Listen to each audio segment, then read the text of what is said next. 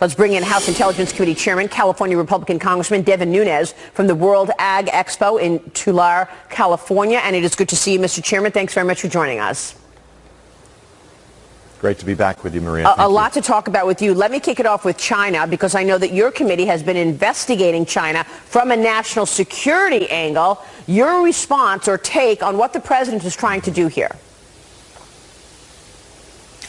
Well, I think ultimately we're going to win this trade war. I'm glad that NAFTA seems like it's on better footing now. We've made an agreement with Mexico. I believe the Canadians will come forward. It'll be good to get that solved.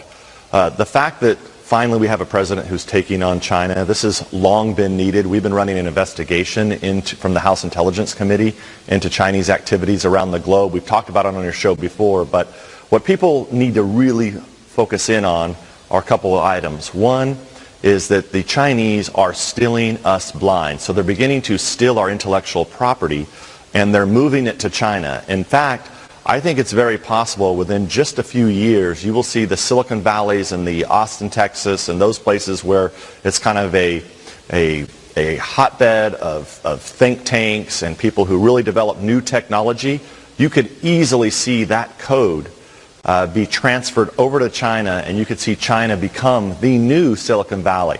So that's first and foremost. Secondly, you have economic subversion that they're doing to countries all around the globe, including what I think many people understand, many Western European countries where they own major financial institutions, power grids, electric companies, ports.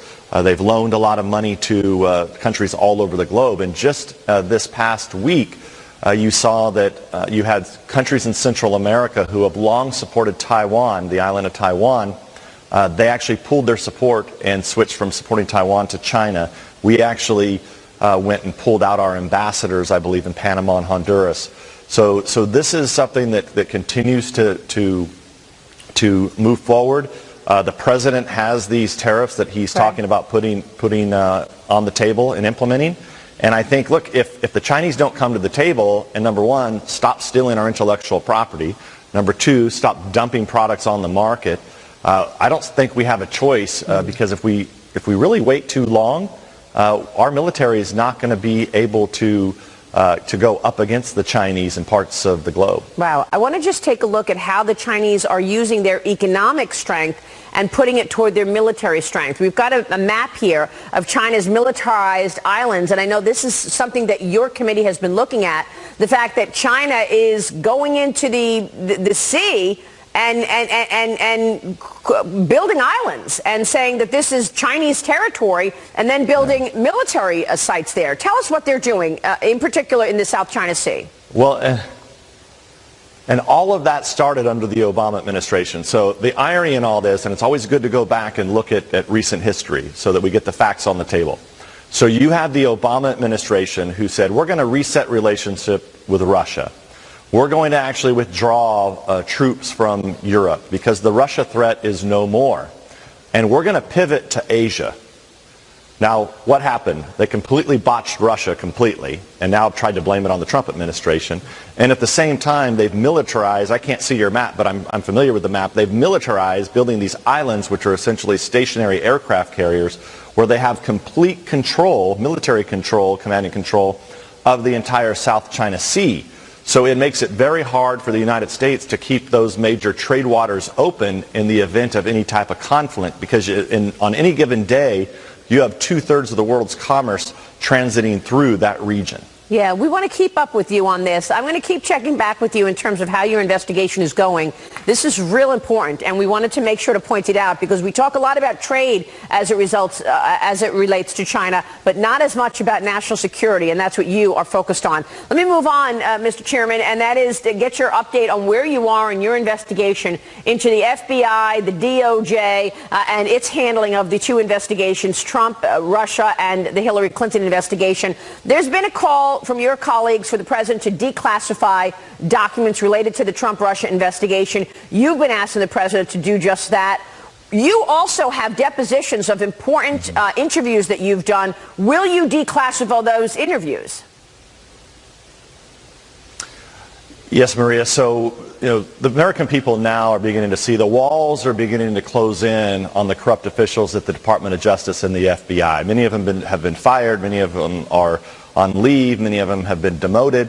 But you are slowly starting to see this collapse in on them, even though the mainstream media is not covering this because they seem so focused on drinking the Russian Kool-Aid on terms of who's getting indicted by the special counsel, and instead focus on, look, was there any collusion between the Trump campaign and Russia, which the answer is no. So we've known this for a long time. Our committee really led this investigation. If you look at a lot of the facts that are now out, it's the facts that we found on the House Intelligence Committee. So we believe that the depositions that we took, I think nearly about 70 people, those need to be published, and they need to be published, I think, before the election.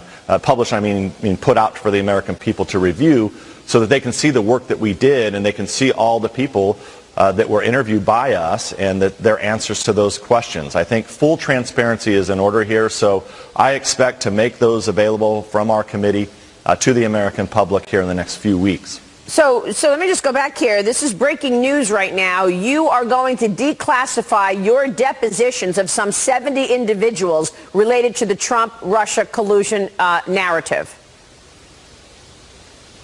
Yeah, so some of them are not even classified. Some of them are just held at the committee. So matter of fact, I think 70 or 80% of them are not classified.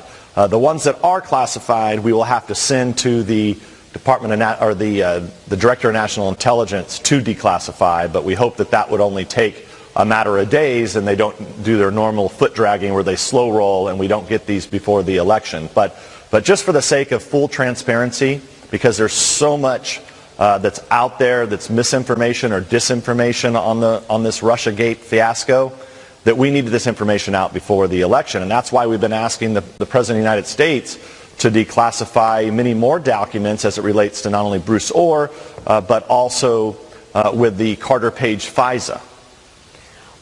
Will the president declassify those documents before the midterm elections?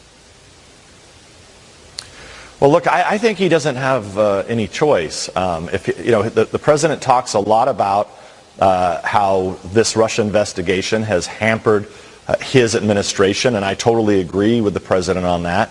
And if the president wants the American people to really understand just how broad and invasive this investigation has been to many Americans and how unfair it has been, he has no choice but to declassify. And I will tell you, as we continue to move forward here, it's in the best interest of our intelligence agencies to have full transparency on this, because you're really dealing with many Americans who are living in an alternative universe, who have drank this Russia Kool-Aid. There's a large number of Americans, Maria, and I know it's probably not the people watching your show right now, but you would be shocked at the number of Americans who have drank the Russia Kool-Aid, and they actually believe that Donald Trump is under control of Vladimir Putin. Right. They actually believe that House Republicans are somehow under the control of Vladimir Putin. I mean, I bet 10, 15, 20% of Americans believe this, and it's incredible. Absolutely nuts. And not only that, but this has to do with a media leak strategy now, we understand. I've got to get your take on this, because they were pretty effective with their media leak strategy. If you're telling me that 20% of American people actually believe it, we're going to take a short break, Mr. Chairman, but I got to get your take on these new texts that we just were revealed this past week, where we hear Peter Strzok say, "Well done, Paige. You just planted 2 negative stories about Donald Trump and company." We'll get to that. Stay with us. More with Devin Nunes when we come back. Follow me on Twitter at Maria Bartiromo at Sunday Futures. Let us know what you'd like to hear from the chairman of Intel as we look ahead on Sunday Morning Futures. Back in a moment.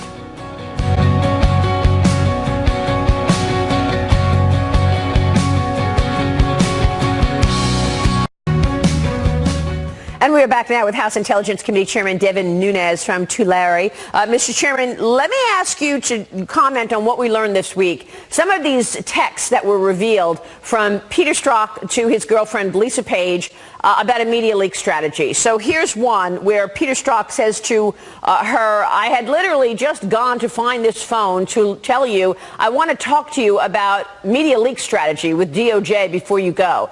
12 days later, he says, article is out. Well done, Paige. Your reaction to this? Yeah, well, and what you see is the mainstream media and even Strzok's attorneys have said, no, he actually wanted to get to the bottom of leaks. He was really worried about getting to the bottom and making sure nobody was leaking. Look, that's not what was happening. What was happening here, and this ought to scare American people, it scares me, to know that the FBI and DOJ would go out and leak fake news stories in many cases, plant them in many cases, and then pick up those fake news stories to use it as a pretext, and that's the word that they use in their text, in one of their text messages, a pretext to go out and interview American citizens. Knock on their door and say, look, we read these 3 news stories that we're not going to tell you we actually planted with the news, and we want to talk to you about these news stories. So that's first. Second, don't forget that the Carter Page FISA, it wasn't just that they used the Clinton dirt as a basis to go out and get the FISA. They also used planted news stories to corroborate the dossier in front of the court. So they went to the court and said, look at these news stories, Judge. They actually match this dossier, never telling the court that actually, no, those were planted news stories by the Clinton campaign and the FBI. So these people are really dirty. I hope that we continue to get all this information out before the election so that people know just how sick this Russia Kool-Aid that's been poured upon the American people, how bad it's really been. It's just been extraordinary to me how all of these agents were politicized. Here we are, the summer of 2016. It's a major presidential election. And all of this misconduct, not just from this cabal of people at the top of the FBI and the DOJ, but also perhaps the CIA. And then we see John Brennan all over town trashing the president. Here's the Peter Strzok text on December 15th, 2016. Referring to the CIA, we believe, we think our sisters have begun leaking like mad. Scorned and worried and political, they're kicking into overdrive, says Peter Strzok to Lisa Page. Your thoughts on this, and is that the CIA, our sisters?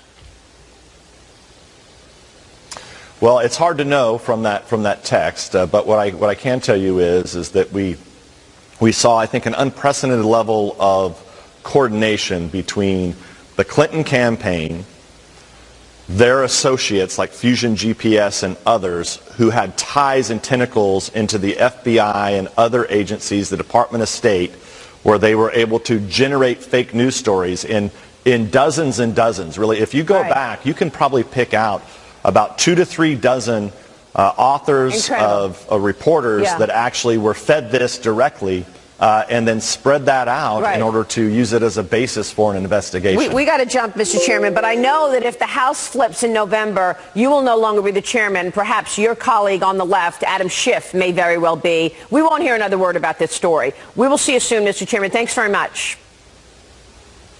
Thank you. Chairman Nunes joining us.